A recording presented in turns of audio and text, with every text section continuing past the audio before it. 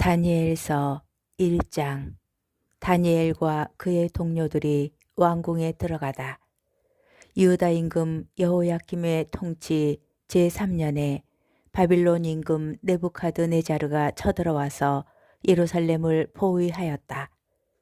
주님께서는 유다 임금 여호야김과 하느님의 집 기물 가운데 일부를 그의 손에 넘기셨다. 느부갓네자르는 그들을 시나르 땅 자기 신의 집으로 끌고 갔다. 그리고 기물들은 자기 신의 보물 창고에 넣었다. 그러고 나서 임금은 내시장 아스푸나즈에게 분부하여 이스라엘 자손들 가운데에서 왕족과 귀족 몇 사람을 데려오게 하였다. 그들은 아무런 흠도 없이 잘생기고 온갖 지혜를 갖추고 지식을 쌓아 이해력을 지녔을 뿐더러 왕궁에서 임금을 모실 능력이 있으며 칼데아 문학과 언어를 배울 수 있는 젊은이들이었다. 임금은 그들이 날마다 먹을 궁중 음식과 술을 정해 주었다. 그렇게 3해 동안 교육을 받은 뒤에 임금을 섬기게 하였다. 그들 가운데 유다의 자손으로는 다니엘, 하나냐, 미사엘, 아자리아가 있었다. 내시장은 그들에게 다른 이름을 지어주었다. 곧 다니엘은 벨트사차르, 하나냐는 사드락, 미사엘은 메삭, 아자리아는 아벤느고라고 지어주었다. 다니엘은 궁중 음식과 술로 자신을 더럽히지 않겠다고 마음속으로 다짐하고 자기가 더럽혀지지 않게 해달라고 내시장에게 간청하였다. 하느님께서는 다니엘이 내시장에게 호의와 동정을 받도록 해주셨다. 내시장이 다니엘에게 말하였다. 나는 내 주군이신 임금님이 두렵다. 그분께서 너희가 먹을 것과 마실 것을 정하셨는데 너희 얼굴이 너희 또래의 젊은이들보다 못한 것을 보시게 되면 너희 때문에 임금님 앞에서 내 머리가 위태로워진다. 그래서 다니엘이 감독관에게 청하였다. 그는 내시장이 다니엘과 하나냐와 미사엘과 아자리아를 맡긴 사람이었다. 부디 이 종들을 열흘 동안만 시험해 보십시오. 저희에게 채소를 주어 먹게 하시고 또 물만 마시게 해 주십시오. 그런 뒤에 궁중 음식을 먹는 젊은이들과 저희의 용모를 비교해 보시고 이 종들을 좋으실 대로 하십시오. 감독관은 그 말대로 열흘 동안 그들을 시험해 보았다. 열흘이 지나고 나서 보니 그들이 궁중 음식을 먹는 어느 젊은이보다 용모가 더 좋고 살도 더 올라 있었다. 그래서 감독관은 그들이 먹어야 하는 음식과 술을 지우고 줄곧 채소만 주었다. 이 네 젊은이에게 하느님께서는 이해력을 주시고 모든 문학과 지혜에 능통하게 해주셨다. 다니엘은 모든 환시와 꿈도 꿰뚫어 볼 수 있게 되었다. 젊은이들을 데려오도록 임금이 정한 때가 오자 내시장은 그들을 느부갓네자르 앞으로 데려갔다. 임금이 그들과 이야기를 하여 보니 그 모든 젊은이들 가운데에서 다니엘, 하나냐, 미사엘, 아자리아만 한 사람이 없었다. 그리하여 그들이 임금을 모시게 되었다. 그들에게 지혜나 예지에 관하여 어떠한 것을 물어보아도 그들이 온 나라의 어느 요술사나 주술사보다 10배나 더 낫다는 것을 임금은 알게 되었다. 다니엘은 키루스 임금 제1년까지 그곳에 머물렀다. 다니엘서 2장. 느부갓네자르가 꿈을 꾸다. 느부갓네자르 통치 제2년에 느부갓네자르는 꿈을 꾸고 마음이 불안해져서 잠을 이루지 못하였다. 임금은 자기 꿈을 풀이해 줄 요술사, 주술사, 마술사, 점성가들을 불러오라고 분부하였다. 그들이 와서 임금 앞에 서자 임금이 그들에게 말하였다. 내가 꿈을 꾸었는데 무슨 꿈인지 몰라 마음이 불안하다. 그러자 점성가들이 아람 말로 임금에게 아뢰었다. 임금께서 만수무강하시기를 빕니다. 이 종들에게 꿈을 말씀하여 주시면 저희가 그 뜻을 밝혀드리겠습니다. 그러나 임금은 점성가들에게 이렇게 대답하였다. 나의 뜻은 확고하다. 너희가 내 꿈과 그 뜻을 나에게 설명해 주지 못하면 너희 사지는 찢겨 나가고 너희 집들은 쓰레기 더미가 될 것이다. 그러나 너희가 꿈과 그 뜻을 밝혀주면 내가 선물과 상을 내리고 큰 명예를 누리게 해주겠다. 그러니 그 꿈과 그 뜻을 밝혀보아라.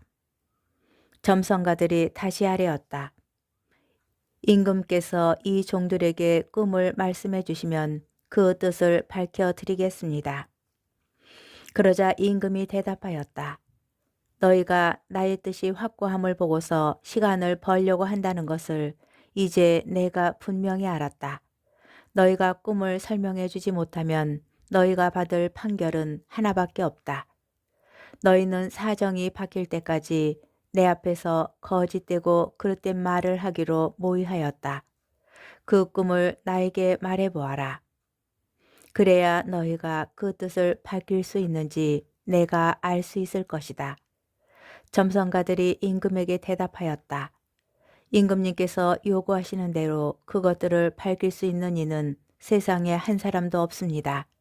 사실 아무리 위대하고 강력한 임금이라 할지라도 이와 같은 일을 어떠한 요술사나 주술사나 점성가에게 물은 적이 없습니다. 임금님께서 물으신 것은 너무 어려워 인간과 멀리 떨어져 사는 신들 말고는 그것을 임금님께 밝혀드릴 수 있는 이가 아무도 없습니다. 이 일 때문에 임금은 분노하고 격분하여 바빌론의 현인들을 모두 죽이라고 분부하였다. 그렇게 어명이 내려 이제 현인들은 처형을 당하게 되었다. 사람들은 다니엘과 그 동료들도 처형하려고 찾아 나섰다. 하느님께서 다니엘에게 꿈을 일러주시다. 그러자 다니엘은 바빌론의 현인들을 처형하려고 나온 임금의 친위 대장 아르욕에게 현명하고 신중하게 말을 걸었다. 그가 임금의 무관 아르욕에게 이렇게 물었다. 임금님께서 내리신 어명이 어찌 있도록 가혹합니까? 그러자 아르욕이 다니엘에게 사정을 알려주었다. 그리하여 다니엘은 궁궐로 들어가서 꿈의 뜻을 밝혀줄 터이니 시간을 달라고 청하였다. 그런 다음에 다니엘은 집으로 가서 자기의 동료 하나냐와 미사엘과 아자르야에게 사정을 알렸다. 또 자기와 동료들이 바빌론의 나머지 현인들과 함께 죽지 않도록 그 신비와 관련하여 하늘의 하느님께 자비를 청하자고 하였다. 그러자 다니엘에게 그 신비가 밤의 환시 중에 드러났다. 다니엘은 하늘의 하느님을 찬미하며 이렇게 말하였다. 지혜와 힘이 하느님의 것이니 하느님의 이름은 영원에서 영원까지 찬미받으소서. 그분은 시간과 절기를 바꾸시는 분, 임금들을 내치기도 하시고 임금들을 세우기도 하시며 현인들에게 지혜를 주시고 예지를 아는 이들에게 지식을 주시는 분이시다. 그분은 심오한 것과 감추어진 것을 드러내시고 어둠 속에 있는 것을 알고 계시며 빛이 함께 머무르는 분이시다. 저의 조상들의 하느님, 제가 당신께 감사드리며 당신을 찬양합니다. 당신께서는 저에게 지혜와 힘을 주셨습니다.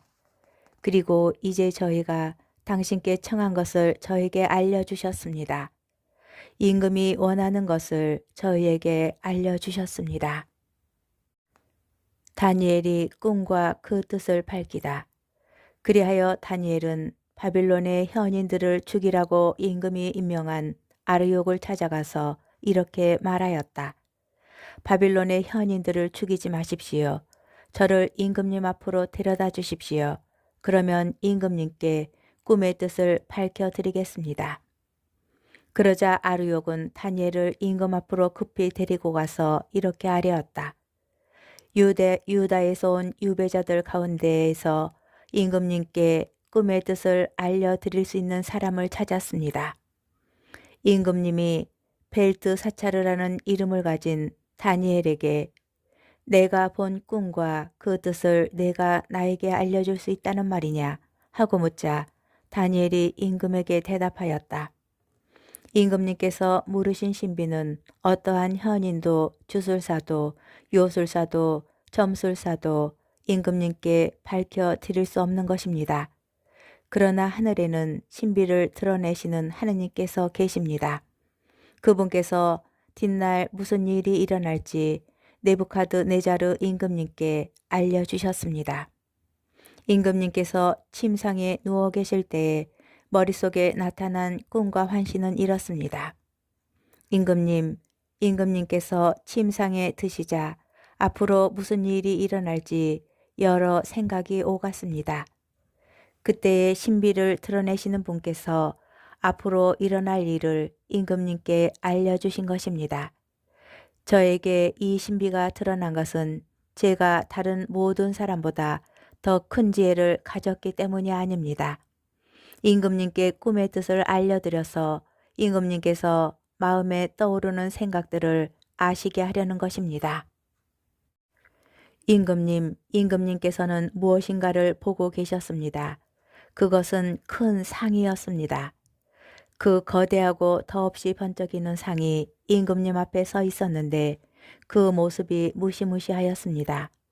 그 상의 머리는 순금이고 가슴과 팔은 은이고 배와 넓적다리는 청동이며 아랫다리는 쇠이고 발은 일부는 쇠로 일부는 진흙으로 되어 있었습니다. 임금님께서 그것을 보고 계실 때 아무도 손을 대지 않았는데 돌 하나가 떨어져 나와 쇠와 진흙으로 된 그 상의 발을 쳐서 부수어 버렸습니다. 그러자 쇠, 진흙, 청동, 은, 금이 다 부서져서 여름 타작마당의 곁처럼 되어 바람에 날려가 버리니 그 흔적조차 찾아볼 수 없게 되었습니다. 그런데 그 상을 친 돌은 거대한 산이 되어 온 세상을 채웠습니다. 이것이 그 꿈입니다. 이제 그 뜻을 저희가 임금님께 아뢰겠습니다. 임금님께서는 임금들의 임금이십니다. 하늘의 하느님께서 임금님께 나라와 권능과 권세와 영화를 주셨습니다. 또 사람과 들의 짐승과 하늘의 새들, 그들이 어디에서 살든 다 임금님 손에 넘기시어 그들을 모두 다스리게 하셨습니다. 임금님께서 바로 그 금으로 된 머리이십니다. 임금님 다음에는 임금님보다 못한 다른 나라가 일어나겠습니다. 그 다음에는 청동으로 된 셋째 나라가 온 세상을 다스리게 됩니다. 그러고 나서 쇠처럼 강건한 넷째 나라가 생겨날 것입니다. 쇠가 모든 것을 부수고 깨뜨리듯이 그렇게 으깨버리는 쇠처럼 그 나라는 앞에 모든 나라를 부수고 깨뜨릴 것입니다. 그런데 일부는 옹기장이의 진흙으로 일부는 쇠로 된 발과 발가락들을 임금님께서 보셨듯이 그것은 둘로 갈라진 나라가 될 것입니다. 그러나 쇠와 옹기 진흙이 섞여 있는 것을 보셨듯이 쇠의 강한 면은 남아있겠습니다. 그 발가락들이 일부는 쇠로 일부는 진흙으로 된 것처럼 그 나라도 한쪽은 강하고 다른 쪽은 깨지기가 쉬울 것입니다. 임금님께서 쇠와 옹기 진흙이 섞여 있는 것을 보셨듯이 그들은 혼인으로 맺어지기는 하지만 쇠가 진흙과 섞여 하나가 되지 못하는 것처럼 서로 결합되지는 못할 것입니다. 이 임금들의 시대에 하늘의 하느님께서 한 나라를 세우실 터인데 그 나라는 영원히 멸망하지 않고 그 왕권이 다른 민족에게 넘어가지도 않을 것입니다. 그 나라는 앞에 모든 나라를 부수어 멸망시키고 영원히 서 있을 것입니다. 이는 아무도 도를 떠나지 않았는데 이는 아무도 돌을 떠내지 않았는데 돌 하나가 산에서 떨어져 나와 새와 청동과 진흙과 은과 금을 부수는 것을 임금님께서 보신 것과 같습니다. 위대하신 하느님께서 앞으로 무슨 일이 일어날지 임금님께 알려주신 것입니다. 꿈은 확실하고 그 뜻은 틀림없습니다. 임금이 다니엘을 중용하다. 그러자 느부갓네살의 임금은 엎드려 다니엘에게 절하고 나서 예물과 분향을 그에게 올리라고 분부하였다. 그리고 임금은 다니엘에게 말하였다. 참으로 그대들의 하느님이야말로 신들의 신이시고 임금들의 주님이시며 신비를 드러내시는 분이시다. 그래서 그대가 이 신비를 드러낼 수 있었다. 그러고 나서 임금은 다니엘의 지위를 높이고 큰 선물을 많이 주었으며 그를 바빌론 지방 전체를 다스리는 통치자이며 바빌론의 모든 현인을 거느리는 총 감독관으로 삼았다. 다니엘은 임금에게 청하여 사드락과 메삭과 아벤느고를 바빌론 지방의 이 일을 맡도록 임명하고 자기는 대궐 문관에서 머물렀다.